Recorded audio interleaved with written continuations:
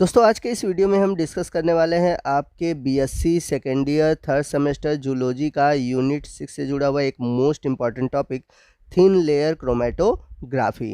तो आज के इस वीडियो में हम जानेंगे कि थिन लेयर क्रोमेटोग्राफी होता क्या है, थिन लेयर क्रोमेटोग्राफी के एप्लीकेशन क्या है, इसे कैसे यूज़ करते हैं। इसी के साथ साथ हम जानेंगे कि थिन लेयर क्रोमेटोग्राफी के लिए कौन कौन से चीज़ों की ज़रूरत पड़ती है, इसे किस सिस्टम में रन किया जाता है, और इसी के साथ साथ ये भी जानेंगे कि टीएलसी को साइंटिस्ट का बेस्ट फ्रेंड क्यों कहा जाता है। और वीडियो के लास्ट में जानेंगे टीएलसी के विजुअलाइजेशन एजेंट के बारे में। तो कुल मिलाकर देखा जाए तो आज का ये वीडियो आपके लिए बहुत ही इंपॉर्टेंट होने वाला है। आप वीडियो को ध्यान से देखा करिए और पूरा देखा करिए। तो आइए वीडियो की शुरुआत करते हैं। तो आइए सबसे पहले हम समझते हैं कि थिन लेयर क्रोमेटोग्राफी टेक्निक को थिन लेयर क्यों कहा जाता है।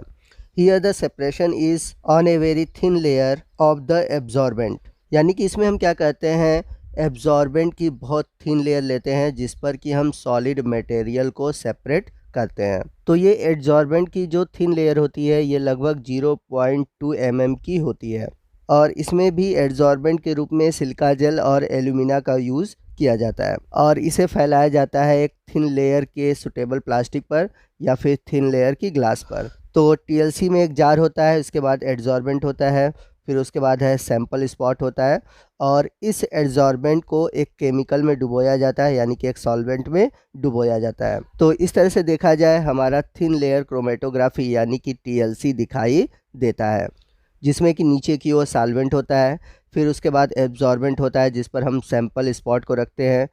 तो जिस पर हम एब्जॉर्बेंट को रखते हैं उसे बोलते हैं टीएलसी प्लेट, और जो टीएलसी प्लेट है जिस जार में रखा जाता है उसे बोलते हैं हम टीएलसी चैम्बर।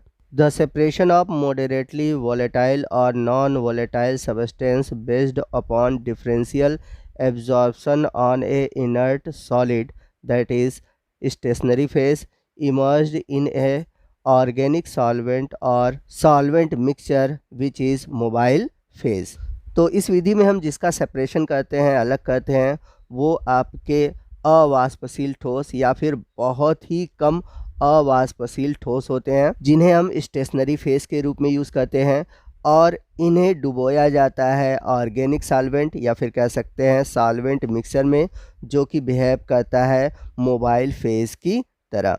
तो मोबाइल फेस क्या होता है, स्टेशनरी फेस क्या होता है, तो इन सभी टॉपिक पर मैंने क्रोमेटोग्राफी पर वीडियो बनाया हुआ है, प्लीज़ आप वो वीडियो देख लीजिए। तो आपको स्टेशनरी फेस क्या होता है, मोबाइल फेस क्या होता है, वो सभी टॉपिक अच्छे से समझ में आ जाएंगे। वहीं हम बात करें कि टीएलसी जो है इसे सबसे पहले किसने बनाया था, किसने डेवलप किया था, तो इसको डेवलप करने वाले वैज्ञानिक थे इज़मैलोव, और वहीं टर्म टीएलसी देने वाले वैज्ञानिक थे ई स्टेल। आइए नेक्स्ट हम बात करते हैं कि थिन लेयर क्रोमेटोग्राफी किस प्रिंसिपल पर काम करता है।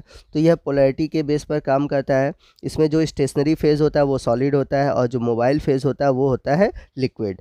आइए नेक्स्ट हम बात करते हैं कि जब हम टीएलसी एक्सपेरिमेंट को करते हैं तो हमें क्या क्या चीज़ों की रिक्वायरमेंट होती है। तो सबसे पहले हमें चाहिए होगा कोटिंग मटेरियल, उसके बाद प्रिपरेशन ऑफ प्लेट यानी कि हम प्लेट को तैयार करेंगे, फिर उस प्लेट को हम एक्टिवेट करेंगे यानी कि एक्टिवेशन ऑफ प्लेट। जब प्लेट एक्टिवेट हो जाता है तो उसके बाद हम सैंपल को तैयार करेंगे, फिर सैंपल को तैयार करने के बाद सैंपल को हम लोड करेंगे, तो ये प्रोसेस कहलाएगा सैंपल एप्लीकेशन। देन इसके बाद सॉल्वेंट सिस्टम प्रिपेयर करना, तो ये जो सॉल्वेंट सिस्टम होता है ये हमारा मोबाइल फेज़ होता है।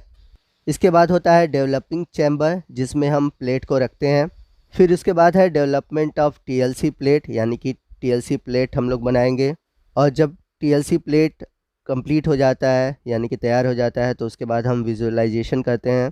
तो विजुअलाइजेशन में हम देखते हैं कि जो हमें मिक्सचर दिया गया है उसमें कौन कौन से कंपोनेंट मौजूद हैं। तो ये जो कंपोनेंट होते हैं वो प्लेट पर दिखाई देते हैं, यानी कि उनका एक ग्राफ बन के आ जाता है। अब जब ग्राफ बन के आ जाता है तो लास्ट में हम इसको इवेल्युएट करते हैं। तो चलते हैं सबसे पहले मटेरियल की ओर, जो कि हमारा है कोटिंग मटेरियल या फिर कह सकते हैं एड्जॉर्बेंट, या इसी को हम कह सकते हैं स्टेशनरी फेज़। तो जैसा कि प्रीवियस क्रोमेटोग्राफी टेक्निक में हमने एड्जॉर्बेंट लिया था इनऑर्गेनिक या फिर ऑर्गेनिक, तो इनऑर्गेनिक एड्जॉर्बेंट के रूप में सबसे ज़्यादा जो यूज़ होता है, जो कॉमनली यूज़ भी होता है, वो होता है सिलिका जेल, एल्यूमिना।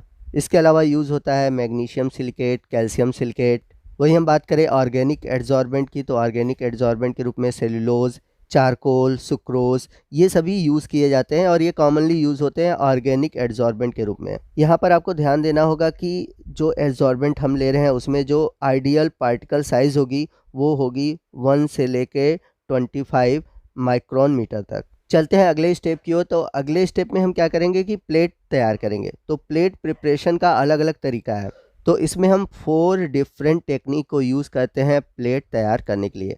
अब यहाँ पर प्लेट की लंबाई और चौड़ाई कितनी होती है, तो प्लेट की लंबाई का आधा चौड़ाई होता है, यानी कि अगर प्लेट आप 10 सेंटीमीटर लंबा ले रहे हैं तो उसकी चौड़ाई होगी 5 सेंटीमीटर। अगर 20 सेंटीमीटर लंबा ले रहे हैं तो चौड़ाई होगी 10 सेंटीमीटर। सिंपली लैब में स्लाइड भी यूज़ किया जाता है, जैसे अगर ब्लड टेस्ट करना होता है तो उसमें स्लाइड का भी यूज़ किया जाता है। तो ये जो प्लेट होती है, ये प्लेट होती है ग्लास की, या फिर अब मार्केट में प्लास्टिक की भी प्लेट मिलने लगी है। तो प्लेट तैयार करने के 4 डिफरेंट मेथड हैं। पहला है पोरिंग, दूसरा है डिपिंग, तीसरा है स्प्रेइंग और चौथा है स्प्रेडिंग। तो पोरिंग में क्या करना है कि सबसे पहले हमें एब्जॉर्बेंट तैयार करना है, तो उसके लिए हम सिल्का जेल को पानी में मिक्स कर लेंगे और एक स्लरी बना लेंगे और जो प्लेट है पोर कर देंगे, यानी कि गिरा देंगे और उसको अच्छी तरह से फैलाते हैं ताकि एक इक्वल लेयर उस पर तैयार हो जाए और बाद में उसे हॉरिजॉन्टली रखकर सुखा लेते हैं, यानी कि उस प्लेट को किसी स्ट्रेट प्लेटफॉर्म पर रखकर हम उसको सुखाते हैं। सेकंड तरीका है डिपिंग। तो जैसे हम चाय में बिस्किट को डुबोते हैं उसी तरह हम क्या करेंगे कि जो प्लेट है उसको हम एब्जॉर्बेंट में डुबोते हैं। तो डिप करने के बाद प्लेट को अच्छे से उठाना है और फिर उसे हॉरिजॉन्टल प्लेट पर या फिर किसी स्ट्रेट प्लेट पर रखकर सुखाना है।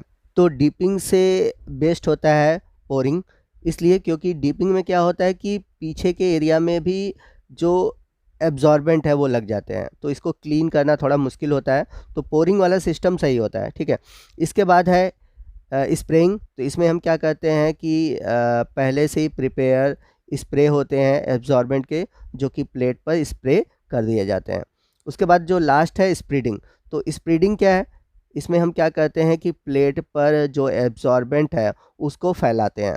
तो जो स्प्रेडिंग है, स्प्रेडिंग अच्छा होता है, लेकिन स्प्रेडिंग हम बहुत सावधानी से करते हैं। इसके लिए अलग इंस्ट्रूमेंट भी है, जो कि इसमें क्या करते हैं कि जब प्लेट पर हम स्प्रेड करते हैं तो उसको बाद में एक मशीन आती है TLC ऑपरेटस, जिसके थ्रू हम उसे प्रेस कर देते हैं, जिससे कि आसानी से जो स्लरी है यानी कि जो एब्जॉर्बेंट है वो फैल जाता है, ठीक है। तो बेस्ट होता है स्प्रेडिंग। अगर हम बात करें स्प्रेइंग की, जो कि स्प्रेडिंग के पहले मैंने बताया था स्प्रेइंग की, तो स्प्रेइंग अच्छा नहीं होता, क्योंकि स्प्रेइंग में क्या होता है कि जो एब्जॉर्बेंट होते हैं वो कहीं प्लेट पर अधिक होते हैं, कहीं प्लेट पर कम होते हैं। तो अगर सबसे बेस्ट देखा जाए इन चारों में तो सबसे बेस्ट है स्प्रेडिंग। तो इस तरह से जो TLC प्लेट है वह 2 तरीके से हमें मिलता है या 2 तरीके से हम बना सकते हैं। एक तो मार्केट में आपको रेडीमेड बना बनाया मिल जाएगा और दूसरा जो कि हम लैब में तैयार करते हैं। तो लैब में कैसे तैयार किया जाता है, पीछे मैंने आपको चारों मेथड बताए हैं। TLC प्लेट तैयार होने के बाद हमारा जो अगला स्टेप है वो है एक्टिवेशन ऑफ प्लेट। तो एक्टिवेशन ऑफ प्लेट क्या होता है, इसे हम अगले वीडियो में डिस्कस करेंगे। तो आने वाले दिनों में जो भी हमें वीडियो मिलेंगे वह TLC पर आधारित होंगे, क्योंकि ये टॉपिक इतना बड़ा है कि मैं एक ही वीडियो में इसे कंप्लीट नहीं कर सकता। तो दोस्तों आज के इस वीडियो में बस इतना ही। मिलते हैं अगले वीडियो में अगले टॉपिक के साथ। तब तक के लिए जय हिंद, जय भारत।